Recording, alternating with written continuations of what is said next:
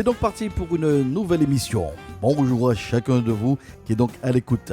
Soyez donc les bienvenus dans ce programme spécial appelé donc l'émission Bonne Nouvelle. Avec vous donc le pasteur Josias qui partage bien simplement les principes du royaume de Dieu nécessaires pour une meilleure saison dans votre existence. Lors de notre dernière session, nous avons amorcé une réflexion sur le bonheur à partir de la chanson de Christophe Maé.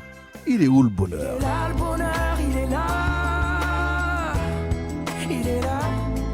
Il est là le bonheur, il est là. Il est là. C'est une bougie le bonheur. Ris pas trop fort d'ailleurs, tu risques de l'éteindre. On le veut le bonheur, oui. On le veut. Tout le monde veut l'atteindre. Mais il fait pas de bruit le bonheur, non. Il fait pas de bruit. Non, il n'en fait pas.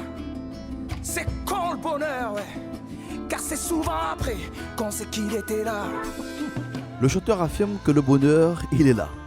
Mais vraiment là, tout près de soi, dans les choses les plus simples de la vie. Nous avons évacué dans un premier temps l'idée que le bonheur se trouve dans l'acquisition de biens matériels, dans la possession de richesses et de biens. Il est aussi important de tordre le cou à l'idée que le bonheur n'est pas pour aujourd'hui sur la terre, mais que c'est après la mort, dans l'au-delà, que l'on peut vivre le bonheur. Cette manière de penser n'est pas un principe du royaume de Dieu. Le roi Salomon l'affirme dans son livre de l'Ecclésiaste. Au jour du bonheur, sois heureux, et au jour du malheur, réfléchis. Dieu a fait l'un comme l'autre afin que l'homme ne découvre en rien ce qui sera après lui. Le bonheur fait donc partie de la vie sur la terre. C'est à ce titre que David déclare dans la deuxième partie du psaume 23, « Quand je marche dans la vallée de l'ombre de la mort, je ne crains aucun mal, car tu es avec moi. Ta roulette et ton bâton me rassurent. Tu dresses devant moi une table, en face de mes adversaires, tu oins d'huile ma tête et ma coupe déborde. » Et le verset 6, « Oui, le bonheur et la grâce m'accompagneront tous les jours de ma vie, et j'habiterai dans la maison de l'Éternel jusqu'à la fin de mes jours. » De même que personne ne peut échapper au malheur de la mort, de même, chacun a le droit de connaître le bonheur. Il ne suffit pas donc de proclamer « Oui, le bonheur et la grâce m'accompagneront tous les jours de ma vie ». Il faut mettre en place ce qu'il faut pour passer de la proclamation du bonheur à sa concrétisation. Et dans le cadre de cette session, je partagerai avec vous donc ces points qui sont donc importants et nécessaires pour ce transfert, passer donc de la proclamation du bonheur à sa concrétisation. Le premier point, le point de départ du bonheur est tout d'abord le fait d'accepter dans son esprit que je mérite, j'ai le droit de connaître, j'ai le droit de vivre le bonheur. Alors c'est peut-être surprenant comme premier point, c'est peut-être déconcertant au regard des publicités faites autour du bonheur. Une fois de plus, ce n'est pas la possession de biens matériels qui procure le bonheur. Ce n'est pas le fait de bénéficier d'une prestation de service qui nous rend heureux. Il nous faut d'abord croire que le bonheur est aussi pour soi. C'est aussi pour moi. J'insiste sur ce point car voyez-vous, quand votre esprit a été formaté par des clichés historiques où le bonheur semble avoir une couleur de peau bien définie, quand votre esprit a été formaté par des clichés cinématographiques où le bonheur semble être associé au pouvoir d'achat, à la richesse, la génération dont l'esprit est formaté ainsi intègre que le malheur est la norme. Je suis né dedans, je vivrai dedans, mes enfants seront éduqués dedans et je finirai par mourir dans le malheur. Cela traduit par exemple cet adage « nèg fait pauvre misère », adage que nous rappelons bien que ce n'est qu'un pur mensonge. J'ai constaté, et ceci n'engage que moi, que la plupart des textes proposés par les chanteurs de Zouk Love ont pour toile de fond une déception amoureuse.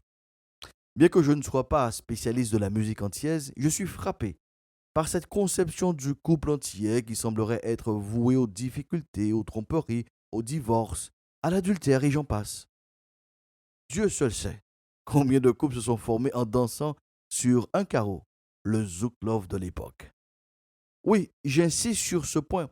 Il faut d'abord croire que le bonheur est aussi pour soi. Le bonheur est possible pour moi, oui.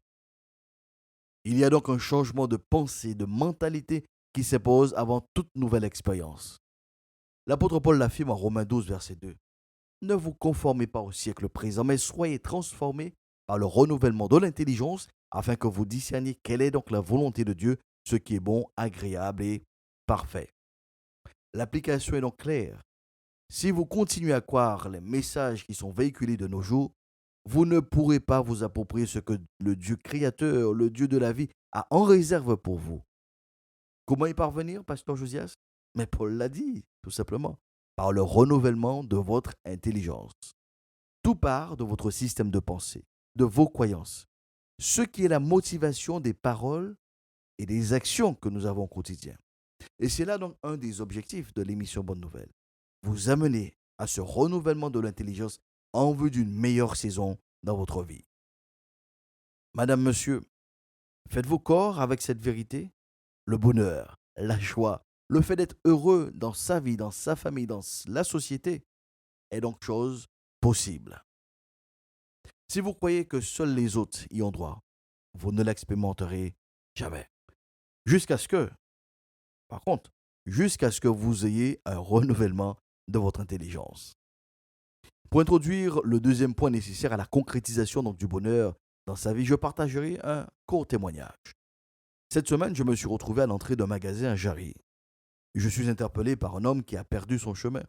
Il a le prospectus de la société qu'il recherche, voire même le plan d'accès. Je lui propose de chercher sur le net son itinéraire. Après l'avoir trouvé, une meilleure lecture donc, du plan d'accès était donc possible. Nous nous sommes séparés en riant un bon coup et en échangeant nos prénoms. Notre joie commune reposait sur le fait que chacun avait trouvé son compte. Lui, il a retrouvé son chemin et moi, le fait d'avoir été utile. Il n'y a pas de plus grand sentiment de bien-être, de joie, quand vous vous sentez utile, que votre présence, votre implication, votre contribution a servi à quelque chose. En discutant avec un ouvrier sur sa vie professionnelle, il me faisait remarquer que les encouragements, les appréciations du patron avaient beaucoup plus d'impact sur lui, sur sa motivation, qu'une augmentation du salaire. Bien sûr, il ne refusera pas une augmentation, mais il me fait comprendre qu'au-delà de l'argent, qui est donc perçu à la fin donc, du mois, eh bien, c'est l'utilité dans les défis de l'entreprise qui prime et bien donc avant tout. Toutes les fois que vous et moi, nous sommes conscients de notre utilité, il s'en dégage une joie, un bien-être, un bonheur dans le quotidien, le jour même. Pas demain, ni la semaine d'après, mais le jour même. Dans la parabole donc des talents, Jésus l'évoque à 2 reprises avec les 2 premiers serviteurs qui rendent compte de leur gestion. Ce passage se trouve donc en Matthieu 25 à partir du verset 20. Il dit ce qui suit. Celui qui avait reçu donc les 5 talents s'approcha en apportant 5 autres talents. Elle dit, Seigneur, tu m'as remis 5 talents, voici, j'en ai gagné 5 autres.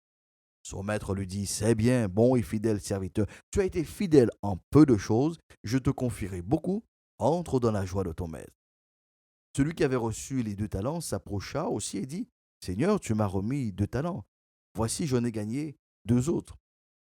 Son maître lui dit, c'est bien, bon et fidèle serviteur, tu as été fidèle en peu de choses, je te confierai beaucoup, entre dans la joie de ton maître. Ce besoin d'être utile, d'être valorisé, est satisfait par la reconnaissance, par la gratitude. Cette gratitude, cette reconnaissance génère et bien donc la joie, le bonheur. Quand on y réfléchit bien, le bonheur est moins cher que ce que l'on veut nous vendre comme bonheur aujourd'hui. Car voyez-vous, le Christ l'a dit et Paul le rappelle en Acte 20, verset 35, il y a plus de bonheur à donner qu'à recevoir. Qu'est-ce que je donne qui me procure ce sentiment de bonheur? Quand je donne de ma personne, quand je mets au service de l'autre mes compétences, mon potentiel, quand je contribue à la réussite de l'autre, je vis le bonheur. Car c'est pour cela que j'ai été créé. C'est extraordinaire. Dans le royaume de Dieu, je suis acteur du bonheur que je vis. En contribuant à la réussite des autres, je me rends utile. Cette reconnaissance à double sens contribue donc à mon bonheur. Il y a une 3e action concrète qui alimente le bonheur, mais je le partagerai avec vous dans une prochaine session. Sachez bien que ce que vous venez d'entendre est donc disponible sur la chaîne YouTube du Pasteur Josias à tout instant. En attendant notre prochaine opportunité d'échanger, de réfléchir ensemble, je vous souhaite de passer une excellente journée, une très bonne semaine. Et je proclame sur votre vie, la paix de Dieu soit avec vous pour une meilleure saison.